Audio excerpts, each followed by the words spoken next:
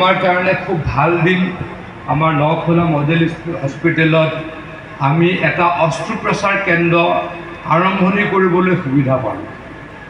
আমাৰ এই অঞ্চলৰ বহুদিনীয়া সমস্যা আছিলে যে আগতে আমাৰ যদি ইয়াতে শিশু জন্ম হয়, যদি সি সেকশনৰ অৱস্থা বা সিজাৰিয়ান কৰিব লগা অৱস্থা হয়, তেতিয়া আমি ইয়াতে কৰিব পৰা নাছিলোঁ।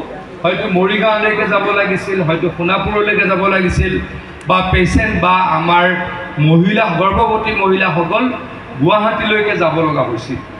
কিন্তু আমাৰ কাৰণে খুব ভাল খবৰ, ডক্টৰ হিমন্ত বিশ্ব শৰ্মা ডাঙৰীয়াৰ নেতৃত্বত অশোক সিংহাল ডাঙৰীয়াই আমাক এই অস্ত্ৰোপচাৰ কেন্দ্ৰটো উপহাৰ হিচাপে দিলে আৰু যিটোৰ আজি আমি শুভাৰম্ভণি কৰিলোঁ।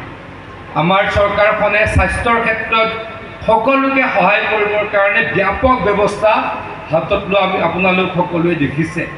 জিলাই জিলাই মেডিকেল কলেজ আৰু হাতে হাতে আয়ুষ্মান কাৰ্ড, এই কথাটোৱেই অসমৰ ভৱিষ্যত বদলি কৰি দিয়াৰ কাৰণে প্ৰচেষ্টা চলোৱা হৈছে। আমি সকলোৱে জানো যে আমাৰ জিলাৰো বঘৰাত, আমাৰ সমষ্টিৰে বঘৰাত মেডিকেল কলেজৰ কাম পূৰ্ণগতিত চলি আছে। অহা 2 বছৰৰ ভিতৰত আমাৰ বঘৰাৰ মেডিকেল কলেজ আৰম্ভ হ'ব, পাঠ্যক্ৰমো আৰম্ভ হ'ব আৰু OPD চিকিৎসা সেৱাও আৰম্ভ হ'ব।